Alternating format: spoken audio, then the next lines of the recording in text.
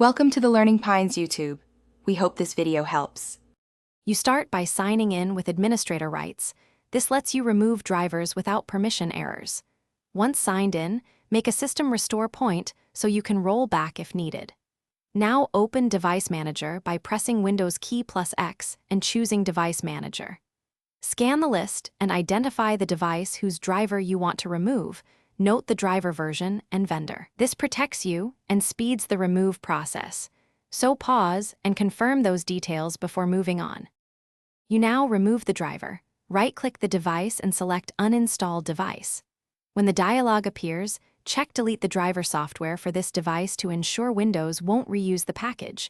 Do this only if you have a replacement ready. Click Uninstall and watch the progress. Once complete, Windows may prompt for a restart. Choose Restart Now to finalize removal, or Restart Later if you need to save work. Restarting forces Windows to reevaluate hardware and prevents ghost driver reinstallation. Once your system reboots, check Device Manager to confirm the driver is gone or replaced with a default driver. If Windows automatically reinstalled the wrong driver, open Device Manager, select the device, use Properties Right Arrow Driver Right Arrow Rollback Driver, or install the correct driver you downloaded from the vendor. If the device fails entirely, use the system restore point you created earlier to revert all changes.